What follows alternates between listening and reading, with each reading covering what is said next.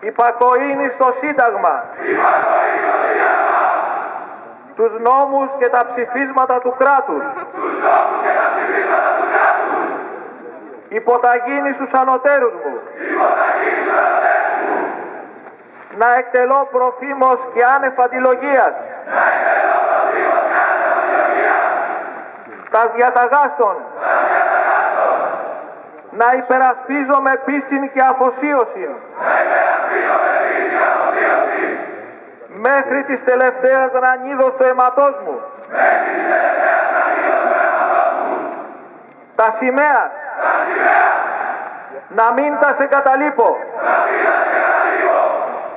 μηδέν να αποχωρίζομαι ποτέ από αυτόν, να φυλάτω δε ακριβώς τους στρατιωτικούς νόμους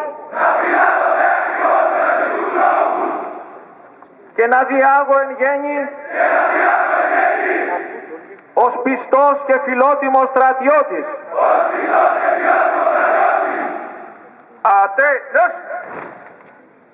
Υπόσχεση άθεων οπλιτών της 2016